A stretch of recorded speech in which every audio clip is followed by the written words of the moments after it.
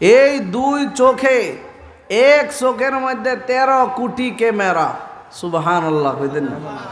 13 কোটি ক্যামেরা। আপনি যান চোখের ডাক্তারকে জিজ্ঞাসা করেন, সর্ব অঙ্গের ভিতরে সব থেকে ছোট যে অঙ্গ, সে অঙ্গের নাম হলো চোখ।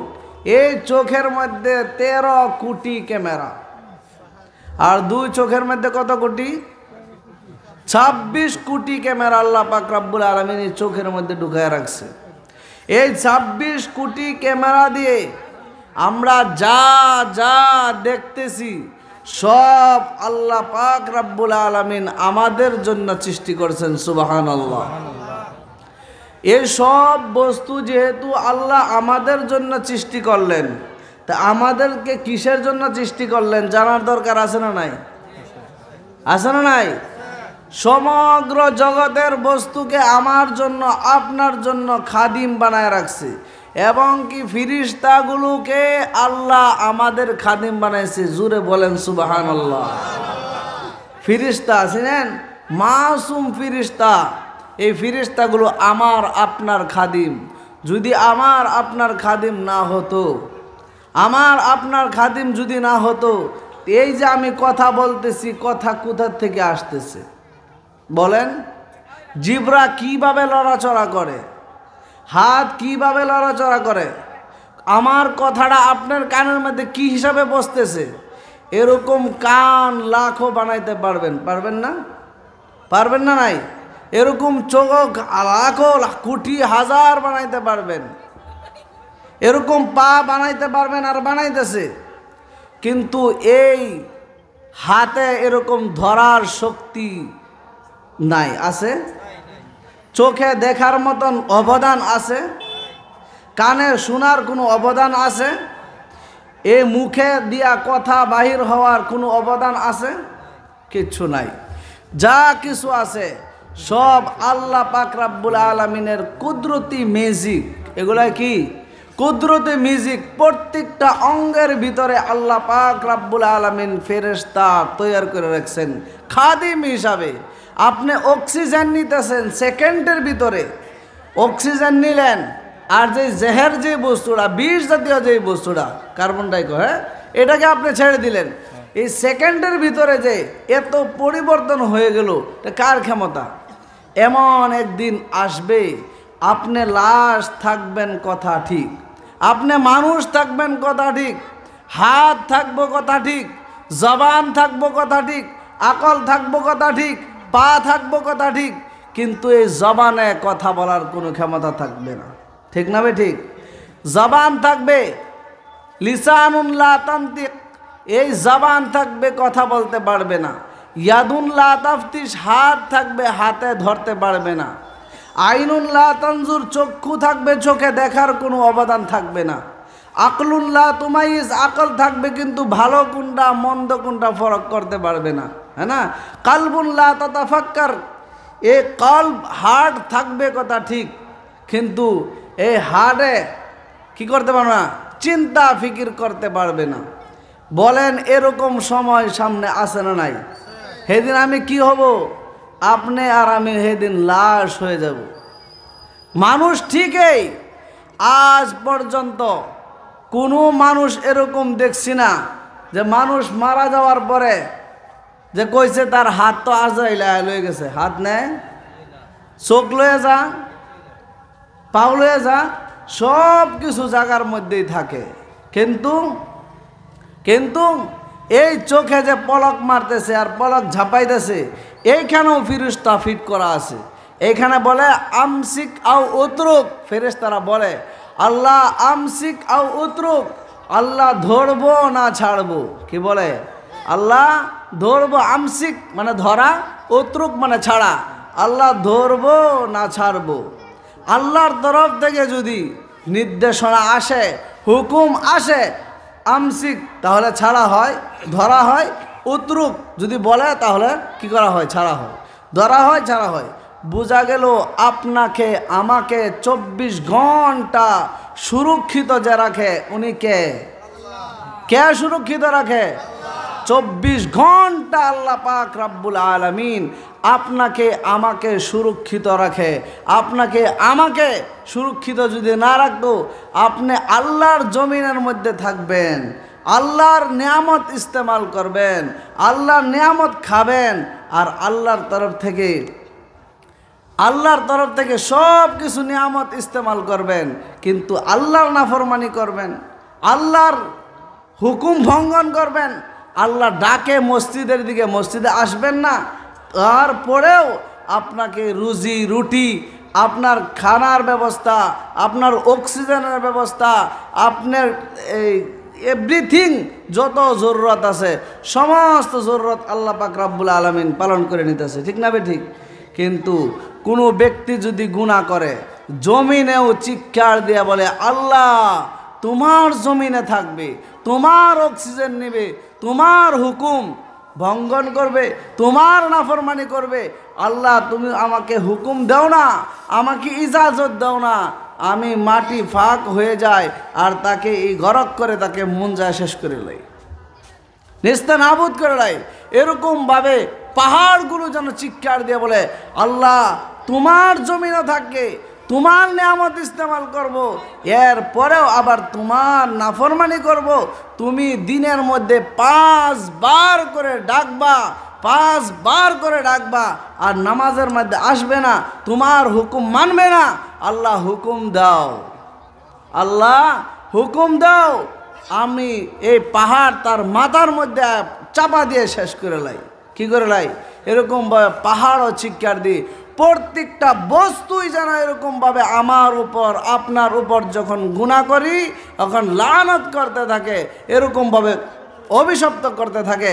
এরপরে আল্লাহ পাক রব্বুল আলামিন বলেন, এই জমিন, এই আকাশ, এই পাহাড়, আমি আমার বান্দার ইন্তেজারও আছি, কখন সে আমার কাছে আসবে, কখন আমার কাছে তওবা করবে, আমি ইন্তেজারের মধ্যে আছি। যখন নাকি আমার কাছে তওবা করবে আমি সমস্ত গুনাহ আমি মাফ করে দেব। সুবহানাল্লাহ। হ্যাঁ, আল্লাহ পাক রব্বুল আলামিন আমাদেরকে মাফ করে দিবেন। বোঝা গেছে কি? তারা বলে যে দেও তারা নিস্তেনাবুদ করে দেই। এরপরেও আল্লাহ আমাকে আপনাকে দুনিয়ার মধ্যে স্বাধীনতা দিয়ে যে যেই বা চাও চলতে পারো, কিন্তু আল্লাহর হুকুম যদি না মানো, কাল কিয়ামতের দিন তোমার অবস্থা করুণ হয়ে যাবে। কাল কিয়ামতের দিন তোমার অবস্থা করুণ হয়ে যাবে। 60 বছরের জিন্দগি, কত দিনের জিন্দগি? 70 বছরের জিন্দগি।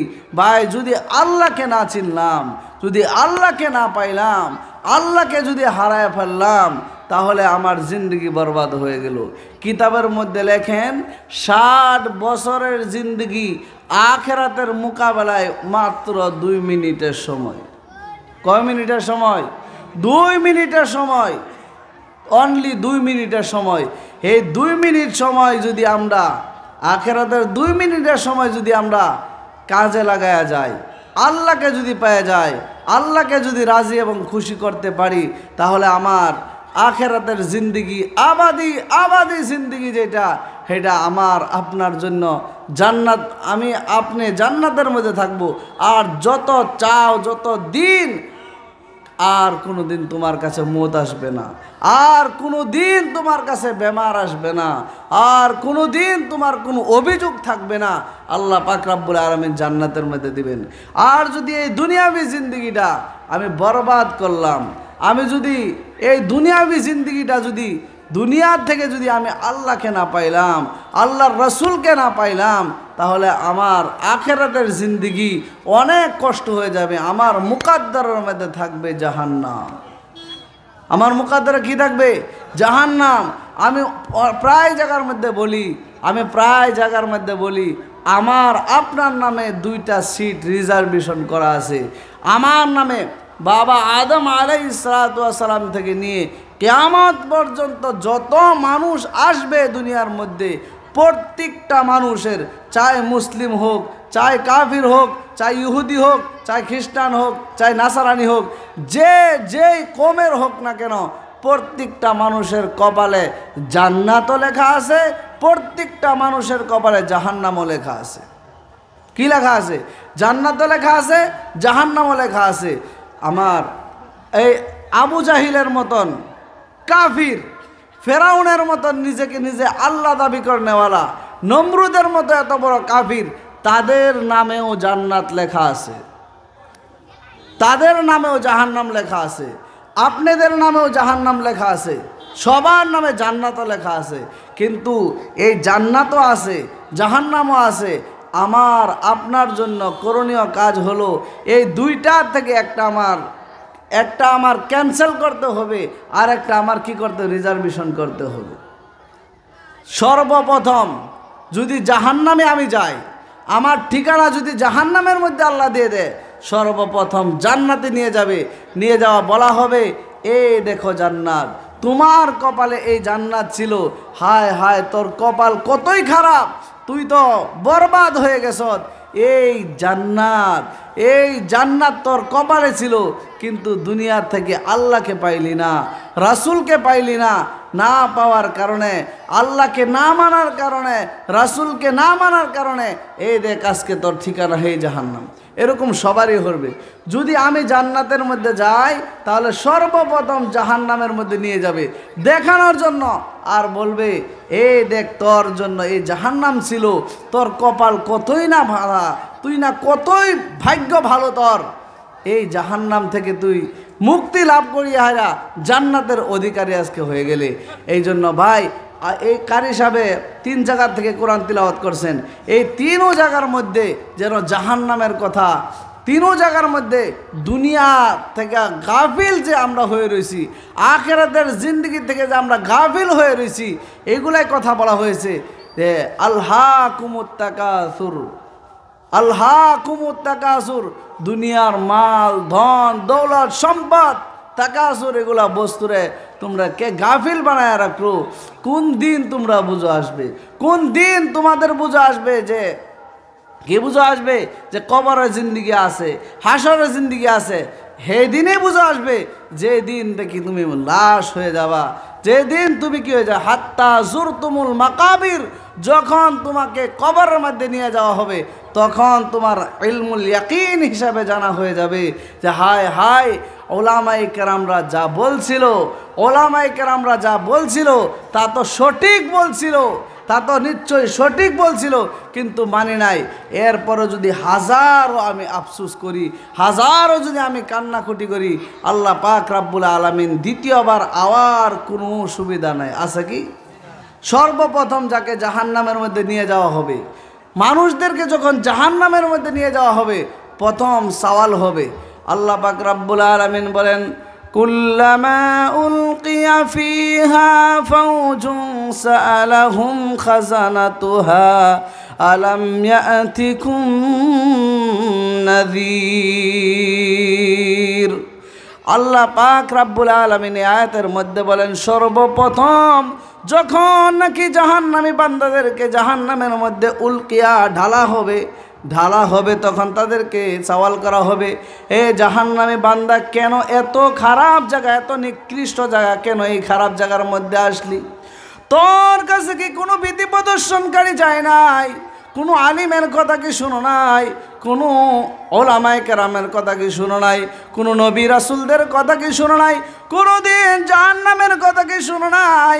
কোনোদিন জান্নাতের কথা কি শুনো নাই? এত খারাপ জায়গা, কেন এত খারাপ জায়গার মধ্যে আসলি? কে লিখে আসলি? দুইটা, হয়তো শুনছি না, দুইটাই না নাই? আরে শুনতাছি না নাই? সবে শুনতাছি না নাই? সবাই জানি। তারা কি বলবে সেদিন বলবে শুনছি আল্লাহ কথা ঠিক। কি বলবে? শুনছি। ফাকাযযাবনা ওয়া কুলনা মা নাযালাল্লাহু মিন শাই। আল্লাহ ওলামায়ে কেরামদের কথা শুনছি, আমাদের কাছে ভীতি প্রদর্শনকারী এসেছিল, নবী রাসূলরা আমাদের কাছে এসেছিল, কোরআন দিয়ে হাদিস দিয়ে বিস্তারিত হিসাবে আমাদেরকে বুঝাইছিল, কিন্তু ফাকাযাবনা, মিথ্যা মনে করেছি, ঝুটলাইছি। মিথ্যা মনে করার কারণে আজকে জাহান্নামের মধ্যে আসলাম। এরপর তাহারাই চিৎকার দিয়ে বলবে, ওয়াকালু লাউ কুন্না নাসমাউ আও নাকিলু মা কুন্না ফি আসহাবিস সাঈর। আহা, হায় আফসোস সেদিন করবে। আমি আপনি সেদিন আফসোস করব যদি আল্লাহকে রাজি না করতে পারি। হায় আফসোস, হায় আফসোস। ওলামায়ে কেরামদের মুখে যা শুনছি, আলিম ওলামাদের মুখে যা শুনছি, নবীদের মুখে যা শুনছি, তা যদি মানতাম, তা মেনে যদি জীবনযাপন করতাম, মা কুন্না ফি আসহাবিস সাঈর, আজকে তো এই কঠিন জাহান্নামের মধ্যে যাওয়া লাগতো না। আজকে এই অত কঠিন জায়গা জাহান্নামের মধ্যে তো যাওয়া লাগতো না। কানতে কানতে কানতে কানতে চোখের পানি শেষ হয়ে যাবে, চোখ দিয়া রক্ত বাইর হইতে লাগবে, রক্তও শেষ হয়ে যাবে, চোখ দিয়া মাংস গলে গলে পড়তে থাকবে, মাংস গলে গলে পড়তে থাকবে। হায় আফসোস করতে থাকবে। হাজারও যদি আফসোস করি, হাজারও যদি কান্নাকাটি করি, দ্বিতীয়বার বাঁচার আর কোনো ক্ষমতা আছে গো? বাঁচার ক্ষমতা আছে? আবার দুনিয়ার মধ্যে আওয়া সম্ভব? হাজারও কানলে কইতো না, কোনো কাম হইতো না। এরপর আল্লাহ পাক রব্বুল আলামিন নিজে হুকুম দিবেন, ওয়াসিকাল্লাযীনা কাফারু ইলা জাহান্নামা যুমারা, তাদেরকে বলা হবে ওয়াসিকা, ধাক্কা ধাক্কা নিয়া তাদেরকে জাহান্নামের মধ্যে নিয়ে হারা যাওয়া হবে। কিবা জাহান্নামের মধ্যে ধাক্কা ধাক্কা ধাক্কা ধাক্কা নিতে থাকবে।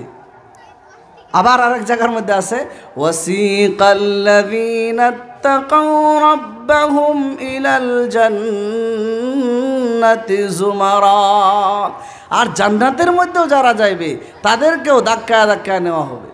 কেন তাদেরকে ধাক্কা নেওয়া হবে? এই জন্য জান্নাতের রাস্তার মধ্যে টেক রেস্টরুম, মানে যেটা রেস্টরুমের মধ্যে তারা জান্নাত মনে করে বয়ে থাকবো। এরপরে ফিরিস্তারা কইবো, এই মিয়া এটা জান্নাত না, চলো আগে, চলো আরো আগে, আরো আগে গিয়ে দেখবো এর থেকে আরো সুন্দর সাজানো বোঝানো, বহু সুন্দর, এইখানে বসে পড়বো।